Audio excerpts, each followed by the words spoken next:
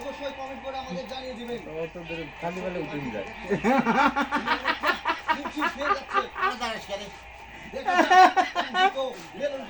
অক্ষত অবস্থায় খেলতে পারেন কিনা তালি হয়ে যাক ওনার জন্য একটা। আবারও কিন্তু উনি চেষ্টা করে যাচ্ছে এবং নিজেকে শক্ত রেখে বারবার চেষ্টার জন্য এবার দেখা যাচ্ছে ভেবেছিলাম এবার তুলে ফেলবেন অবশেষে 57 সেকেন্ডের মধ্যে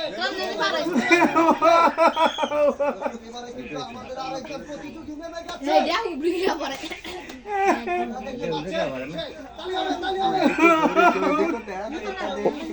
দেখা যাচ্ছে উনি অবশেষে কি কাঙ্ক্ষিত এই বেলুনটি অক্ষত অবস্থায় করতে পারবেন।